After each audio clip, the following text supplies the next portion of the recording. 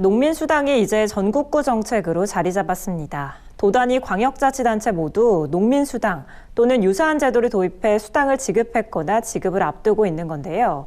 2021 농정 이슈 점검 그 세 번째 순서로 전국으로 확산된 농민수당 제도의 의미와 보완점을 살펴봅니다. 김인경 기자입니다. 농민수당이 지자체에 도입된 지 2년이 지났습니다. 2019년 전남 해남군을 시작으로 도입된 농민수당은 지난해 전국 각지로 확산되면서 이제 도 단위 모든 광역지자체에서 지급이 됐거나 관련 조례 통과로 지급을 앞두고 있습니다. 경기도는 농민수당과 유사한 농민기본소득에 대한 논의가 활발한데 관련 예산 176억 원이 올해 반영됐습니다. 농민의 기본권과 농업농촌의 공익적 가치를 사회적으로 보장한다는 차원에서 농민수당의 전국구 확대는 농업계에서 가히 환영할 만한 일입니다. 다만 충분한 사회적 논의를 거치지 않고 제도가 급속도로 확산되면서 전문가들은 보완해야 할 점이 적지 않다고 지적합니다. 먼저 형평성 논란입니다. 각 지자체별로 예산을 수립해 지급하다 보니 전북과 전남, 경북도는 농가당 연 60만 원, 강원도는 연 70만 원, 충남도는 연 80만 원 등 지자체마다 지급액이 제각각인 실정입니다. 이 때문에 액수가 낮거나 지원 범위가 좁은 지역에서는 타 지역과의 형평성 문제가 제기되고 있습니다. 또 지급 기준이 농민이 아니라 대부분 농가 단위인 것과 가구원으로 나누면 지급액이 너무 적다는 것도 문제로 지적됩니다.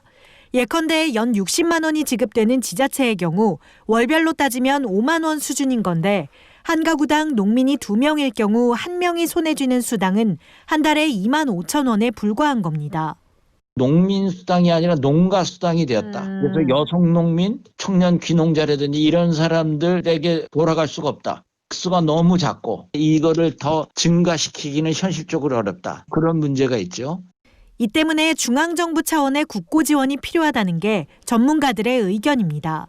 실제로 지난해 전국 농어촌 지역 군수협의회는 농림축산식품부 장관과의 간담회에서 농민수당의 지급 규모와 방법에 대해 중앙정부 차원의 지침을 정립해 줄 것을 요청하는 건의문을 전달하기도 했습니다.